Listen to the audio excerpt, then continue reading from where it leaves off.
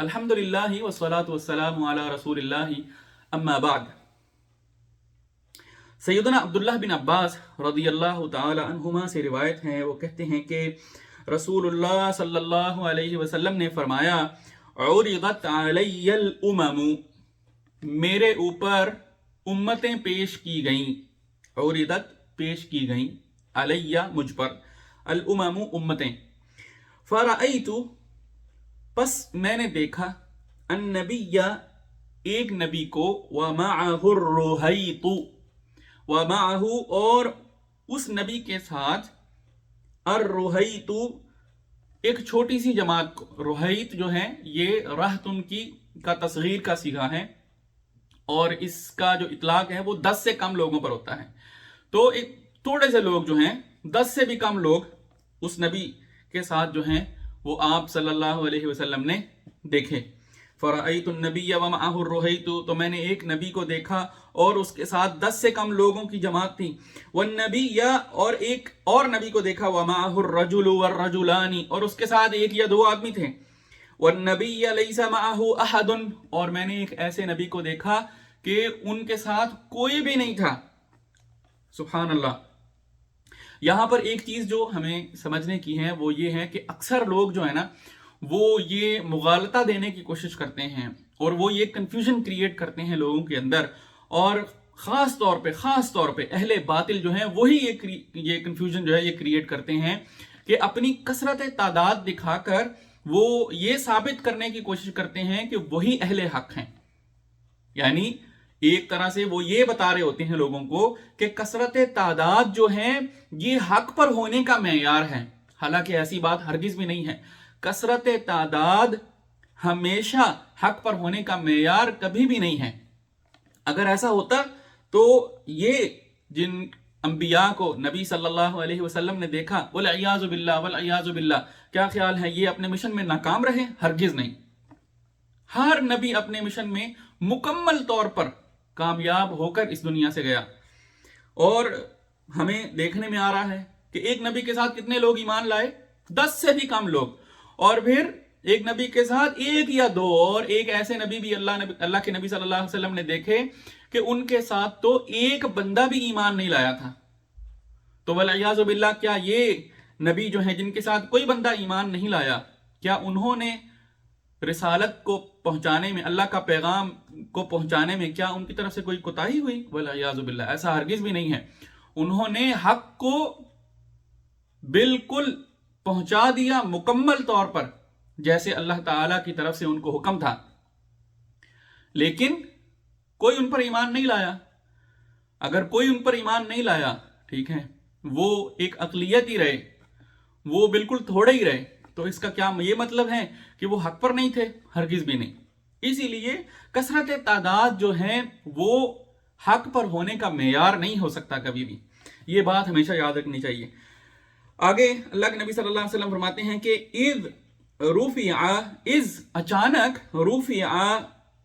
رفع اٹھائی گئی یا اٹھائے گئے، لی میرے لیے، سواد جو ہے یہ اسود اور جو کالے رنگ کے معنی میں استعمال ہوتا ہے، اس سے یہ لفظ نکلا ہے۔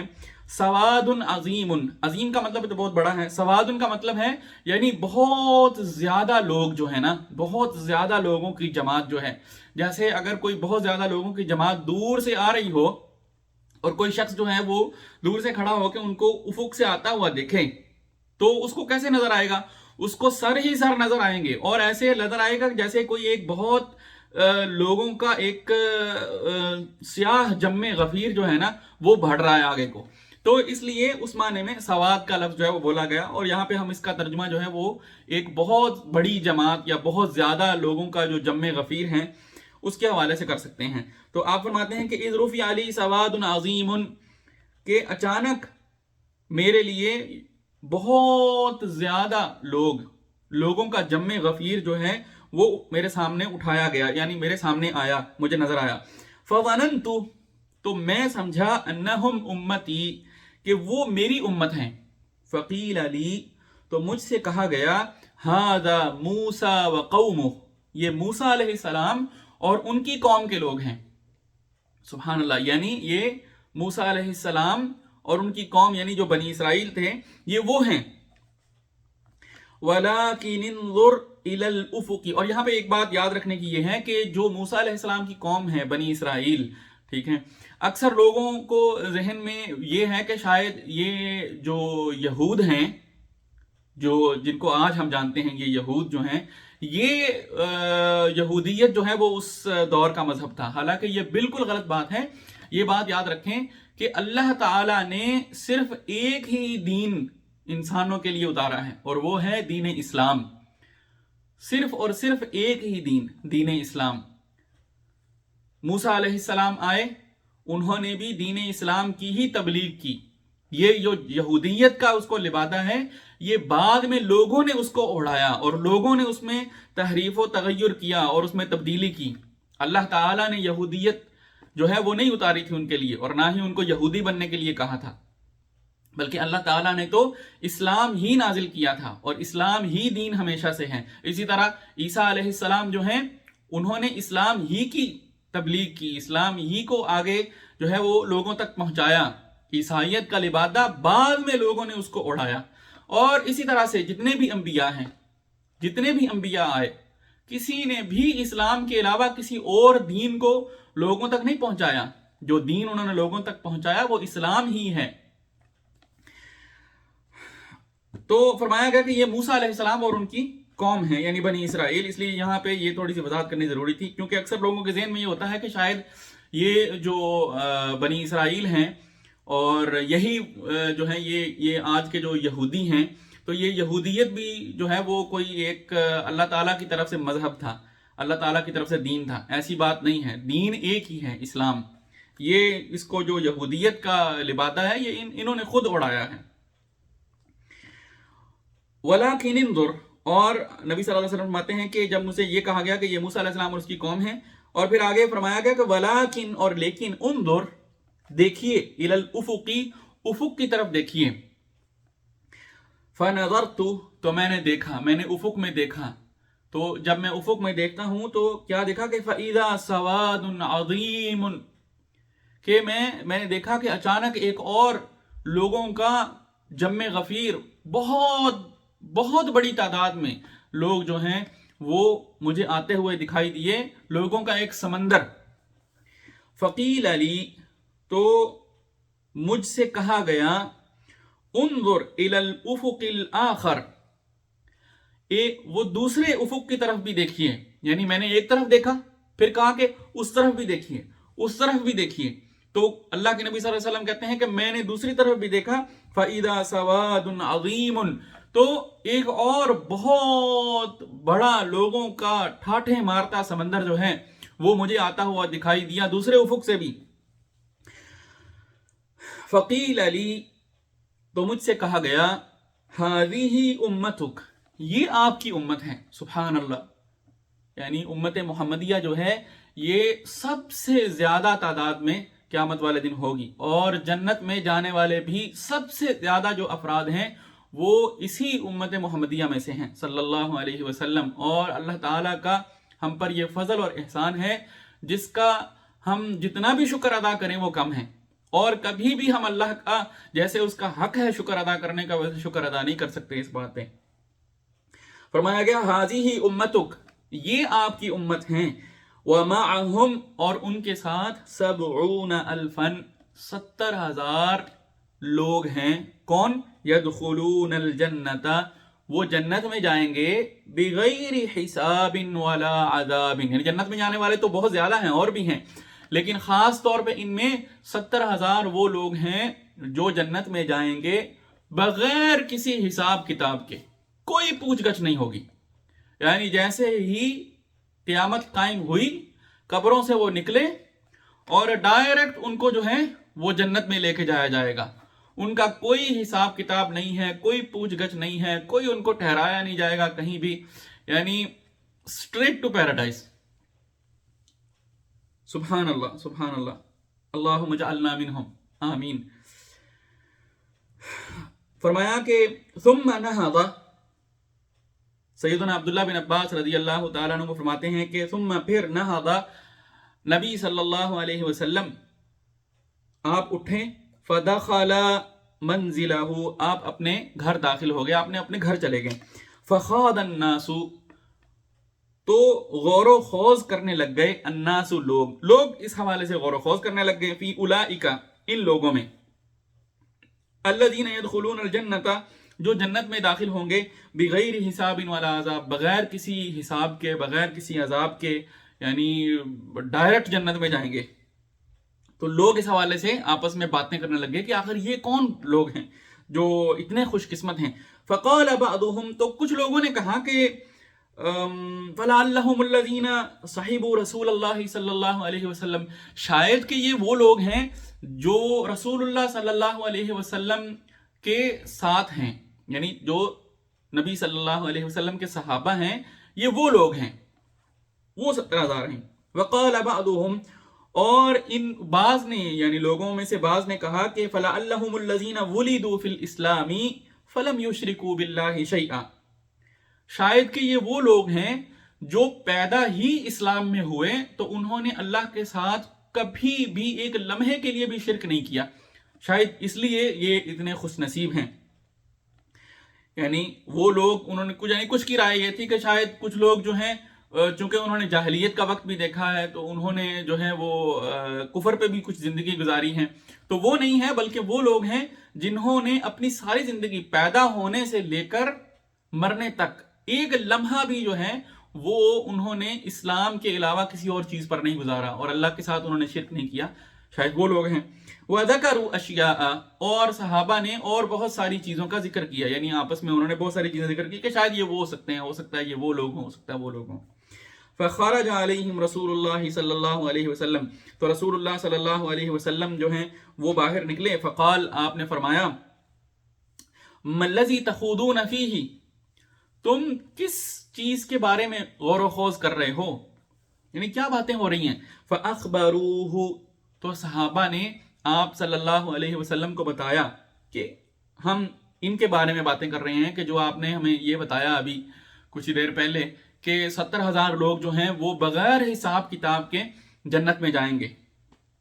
فقال، تو رسول اللہ صلی اللہ علیہ وسلم نے فرمایا، ہم الذین، یہ وہ لوگ ہیں، یعنی یہ 70,000 لوگ جو ڈائریکٹ جنت میں جائیں گے، آپ نے فرمایا ہم الذین، یہ وہ لوگ ہیں۔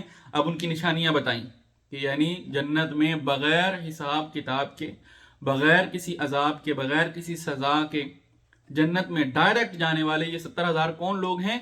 یہ وہ لوگ ہیں۔ آپ نے فرمایا لا یرقون، وہ دم نہیں کرتے۔ اچھا، یہاں پر ایک بات جو ہے وہ قابل وضاحت ہے، وہ یہ ہے کہ یہ جو لفظ یہاں پہ انہوں نے لکھے ہیں نا، لا یرقون، اور انہوں نے کہا ہے کہ یہ صحیح بخاری اور صحیح مسلم، یعنی یہ متفق علیہ روایت انہوں نے لکھی ہے امام نووی رحمہ اللہ نے، حالانکہ یہ لفظ جو ہیں یہ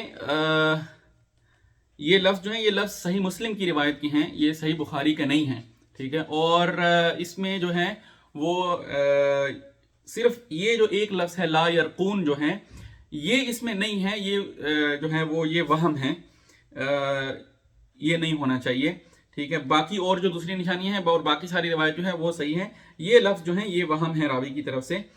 تو لیکن اس کا ترجمہ میں کر دیتا ہوں، لا یرقون کا مطلب ہے کہ وہ دم نہیں کرتے، حالانکہ جیسے میں نے کہا کہ یہ راوی کی طرف سے وہم ہے، یہ لفظ ایسے یہاں پہ نہیں ہے اور یہ متفق علیہ بھی نہیں ہے، یہ صحیح مسلم کے الفاظ ہیں اور راوی کا وہم ہے۔ کیوں؟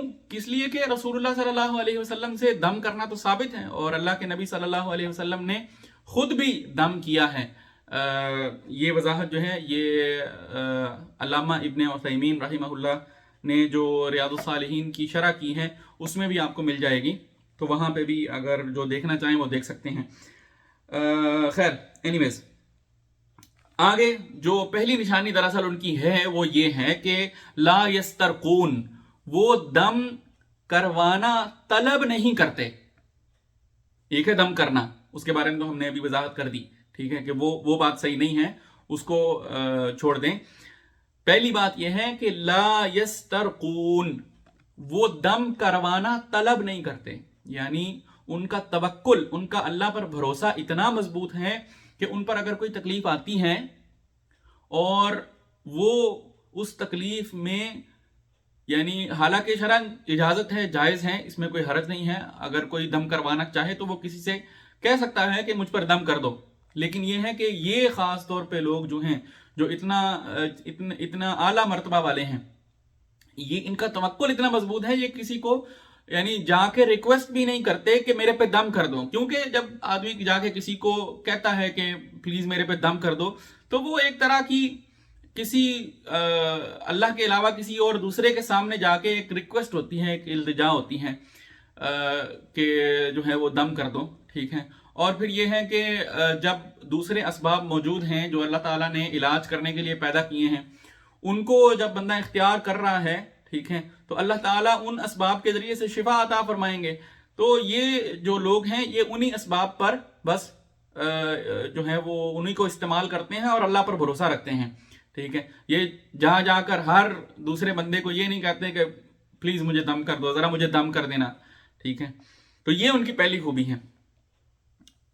اور ایک اور ان کی دوسری خوبی جو دوسری روایات میں ہے اور یہاں پہ وہ موجود نہیں ہے، وہ ہے کہ لا یکتبون، یہ دوسری خوبی ہے کہ وہ آگ سے داغنے والا جو علاج ہوتا ہے وہ نہیں کرواتے، ٹھیک ہے۔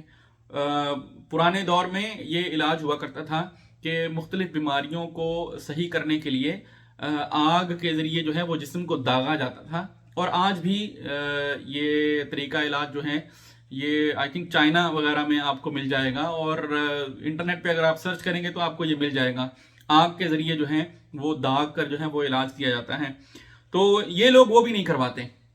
آگ کے ساتھ جو داغ کر علاج کیا جاتا ہے وہ بھی یہ نہیں کرواتے۔ ولا یتطیرون، اور تیسری ان کی خوبی یہ ہے، ان کی یعنی their characteristic is they don't take bad omens، بدشگونی نہیں لیتے یہ کسی چیز کی۔ جیسے آج کل تو اتنی بھرمار ہے توہمات کی کہ ہر دوسرا بندہ جو ہے نا وہ ہر دوسری چیز کے بارے میں کسی نہ کسی توہم پرستی کا شکار ہے، ٹھیک ہے۔ ذرا سی کوئی چیز سامنے، جیسے یہ بلی کے بارے میں ہے کہ کالی بلی گزر گئی تو میرا دن جو ہے نا وہ آج برا ہونے والا ہے، کیوں؟ ایک کالی بلی گزر گئی، کیا تعلق اس چیز کا؟ یہ کوئی شریعت کا معاملہ ہے؟ اپنے طور پہ لوگوں نے یہ توہم پرستی کے تحت جو ہے یہ چیزیں بنائی ہوئی ہیں۔ تو یہ لوگ جو ہیں یہ اس طرح کی کسی توہم پرستی میں مبتلا نہیں ہوتے، کسی توہم پرستی کا شکار نہیں ہوتے۔ ولا یتطیرون، تیسری خوبی ان کی، یہ بدشگونی نہیں لیتے۔ وعلی ربہم یتوکلون، اور یہ اپنے رب پر بھروسہ رکھتے ہیں۔ اور یہاں پہ بھی کلام میں اگر آپ دیکھیں تو حصر ہے، وعلی ربہم پہلے آ گیا اور یتوکلون بعد، یعنی نارمل جو عربی کی عبارت ہے جب کوئی بولتا ہے تو وہ کہتا ہے یتوکلون علی ربہم، ٹھیک ہے۔ لیکن یہاں پر علی ربہم کو پہلے لایا گیا یہی بتانے کے لیے کہ ان کا توکل جو ہے وہ صرف اور صرف اپنے رب پر ہوتا ہے، بس یہ ان کی چوتھی خصوصیت ہے۔ تو یہ چار چیزیں ہیں، یہ چار خصوصیات ہیں ان لوگوں کی جو ڈائریکٹ جنت میں جائیں گے۔ اور یہاں پہ اس حدیث میں وہ وضاحت نہیں ہے، لیکن دوسری جگہ پہ وہ وضاحت اور بھی آتی ہے۔ ایک حدیث میں آتا ہے کہ اللہ کے نبی صلی اللہ علیہ وسلم نے اللہ تعالیٰ سے مزید کی درخواست بھی کی، اور آپ نے فرمایا کہ یہ لوگ اور زیادہ یا اللہ میری امت کو عطا فرمائے اس طرح کے جو لوگ ہیں جو جنت میں بغیر حساب کتاب کے جائیں گے۔ تو اللہ تعالیٰ نے پھر مزید یہ عطا فرمایا کہ ہر 1000 افراد کے ساتھ 70,000 اور لوگ جو ہیں وہ جنت جائیں گے، یعنی 70,000 یہ، اور اس 70,000 میں ہر 1000 کے ساتھ ایک اور 70,000 جو ہیں وہ جنت میں جائیں گے۔ اور ایک چیز جو ابھی مجھے مکمل طور پہ یاد نہیں آ رہی لیکن اس طرح سے بھی ہے کہ اس کے علاوہ بھی 3 ثلاثہ حصیات جو ہیں وہ 3 چلو بھر کے اللہ تعالیٰ خود جو ہیں ان کو ڈالیں گے جنت میں۔ لیکن اس حوالے سے مجھے ابھی کنفرم مجھے یاد نہیں آ رہا ہے، تو جو آپ لوگ سننے والے ہیں آپ اس بارے میں اگر خود سے ریسرچ کرنا چاہیں تو آپ کر سکتے ہیں، آپ دیکھ سکتے ہیں۔ لیکن یہ بات مکمل طور پہ مجھے کنفرم یاد ہے کہ 70,000 لوگ جو ہیں وہ بغیر حساب کتاب کی یہ جنت جانے والے جو ہیں، ان میں سے ہر 1000 کے ساتھ 70,000 اور بھی ہوں گے۔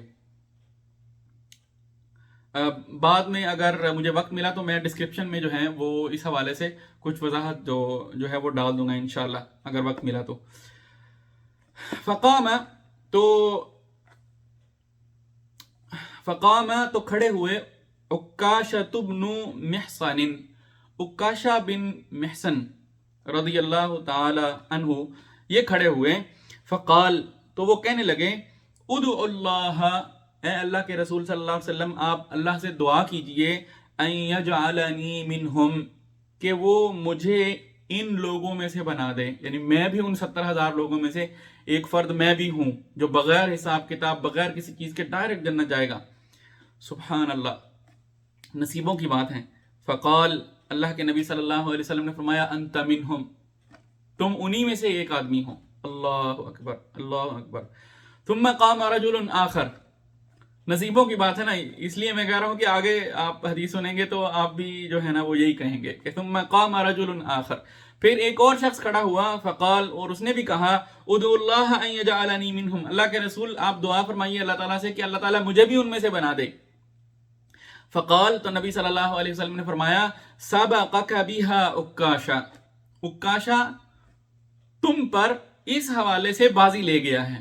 یعنی عکاشہ پہلے کھڑا ہو گیا، اس نے یہ درخواست کر دی، اللہ تعالیٰ نے اس کی درخواست قبول کر لی اور میں نے اس کو بتا دیا، اللہ تعالیٰ نے جو مجھے علم دیا کہ عکاشہ تم انہی میں سے ہو، تو عکاشہ جو ہے وہ بازی لے گیا ہے. تو اس طرح جو دوسرا شخص تھا اس کے بارے میں اللہ کے رسول صلی اللہ علیہ وسلم نے یہ نہیں فرمایا. اور یہاں پر ایک یہ بات بھی قابل غور ہے کہ آپ دیکھیے اللہ کے نبی صلی اللہ علیہ وسلم کس قدر اخلاق کے اعلیٰ درجے پر فائز تھے کہ اللہ کے نبی صلی اللہ علیہ وسلم نے جواب میں یہ نہیں کہا کہ نہیں تم نہیں ہو. جیسے عام طور پہ ہم بات چیت میں ایک دوسرے کو جواب دیتے ہیں، لیکن اللہ کے نبی صلی اللہ علیہ وسلم نے ایسا نہیں فرمایا تاکہ سامنے والے شخص کی جو ہے اس کا دل نہ دکھے، وہ اس چیز کو لے کے پریشان نہ ہو، اور اس کو ایک احسن انداز میں بتا دیا. یعنی کہا تو وہی، یعنی یہ تو آپ نے نہیں فرمایا کہ تم بھی انہی میں سے ہو، لیکن یہ ہے کہ یہ کہنے کے لیے آپ نے کس قدر خوبصورت انداز جو ہے اس کو اختیار فرمایا کہ آپ نے فرمایا کہ وہ عکاشہ بازی لے گیا ہے. اللہ اکبر. متفق علیہ، یہ حدیث جو ہے یہ صحیح بخاری میں بھی ہے اور صحیح مسلم میں بھی ہے. آگے امام نووی رحمہ اللہ کچھ مشکل الفاظ کی تشریح فرما رہے ہیں کہ الروحیت جو لفظ آیا تھا یہ راحتن کی تصغیر ہے، یہ را کی پیش کے ساتھ ہیں. وہم دون عشرۃ انفس، اور یہ 10 سے کم لوگوں پر اس کا اطلاق ہوتا ہے. والافق، اور افق جو ہے اس سے مراد کیا ہے؟ الناحیۃ والجانب، یعنی ایک کونا، ایک کنارہ، ایک سائیڈ، جس کو ہم ہورائزن بولتے ہیں انگلش میں. وعکاشۃ، اور یہ جو صحابی ہیں سیدنا عکاشہ رضی اللہ تعالی عنہ، ان کے نام کے حوالے سے وضاحت کر رہے ہیں کہ بضم العین وتشدید الکاف وبتخفیفها، یہ عین کی پیش کے ساتھ اس کو پڑھیں گے، اور کاف جو ہے عکاشہ میں جو کاف ہے اس کے اوپر شد پڑی جائے گی، اور اس کے اوپر جو ہے اس کو بغیر شد کے بھی پڑھا جا سکتا ہے، یعنی دونوں طرف پڑھنا جائز ہے.